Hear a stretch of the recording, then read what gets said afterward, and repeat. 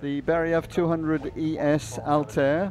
Altair, the brightest star in the Eagle constellation, flown today by Nikolai Kuleshov, and thanks to Beriev we'll get a demonstration of what a water drop aircraft can perform. The water drop will occur in front of the fuel. Have your cameras ready because it's a multicolor bleu, blanc, rouge, red, white and blue water drop.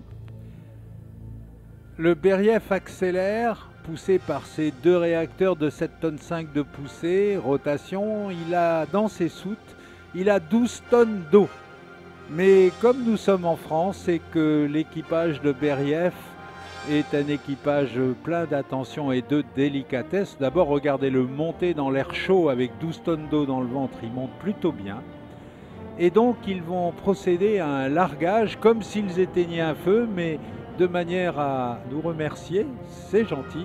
Ils vont pas larguer simplement de l'eau, non, l'eau sera teintée, elle sera teintée, vous verrez comment. Donc vous préparez vos caméras si vous êtes venus avec l'intention de filmer.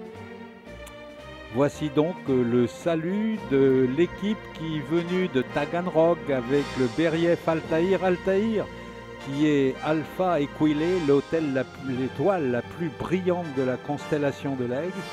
Voici donc le salut de l'équipe Beriev lors de ce salon du Bourget. On tourne, on vire, on s'aligne. Cameras ready for the salute to the 1949, the 49th Paris Air Show from Beriev. Cameras ready.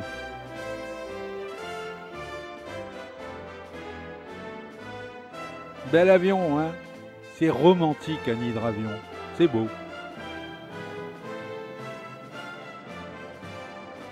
Allez messieurs, largage quand vous voulez.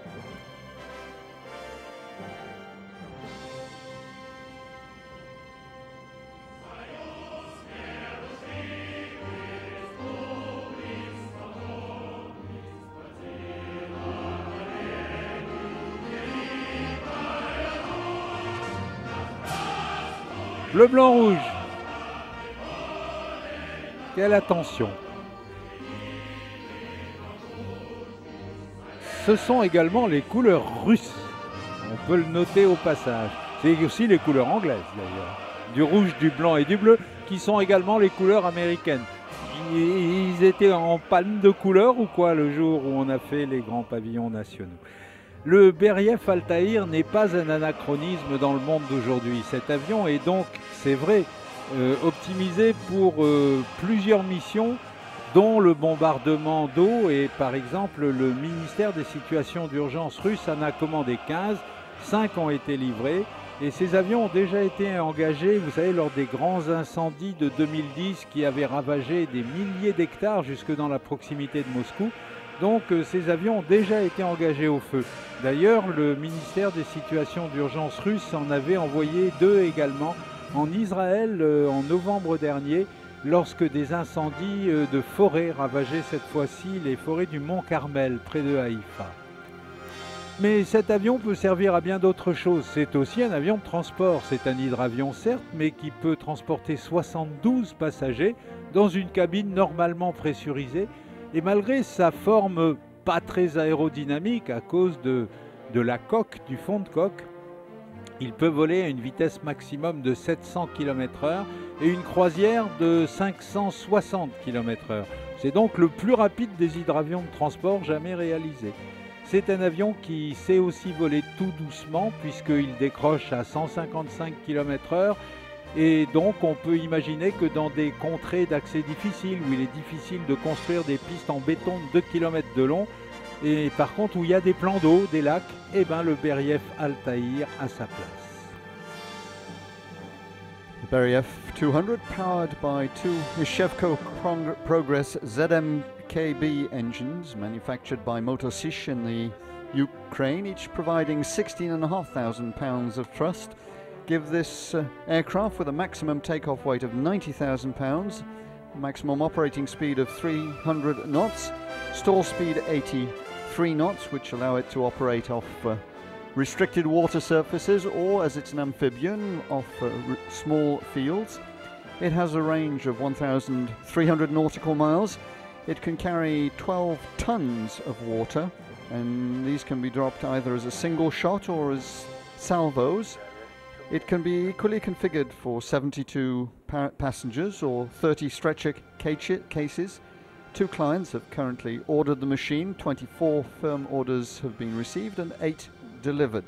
Those of you who were watching the newsreel during last year will have seen these aircraft in operation in Russia during the forest fires that swept across the country, and they've also been used in Israel to fight the fires around Mount Carmel near Haifa.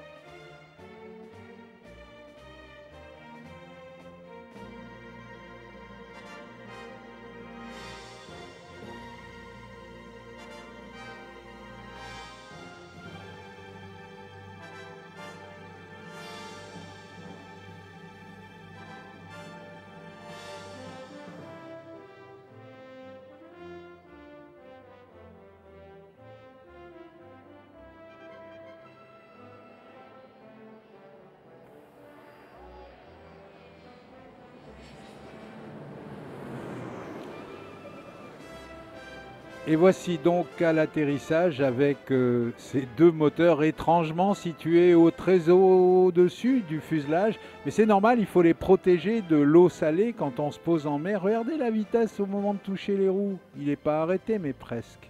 Il se pose vraiment lentement. Les réacteurs, c'est à noter, les réacteurs de l'Altaïr sont traités pour résister à l'eau salée.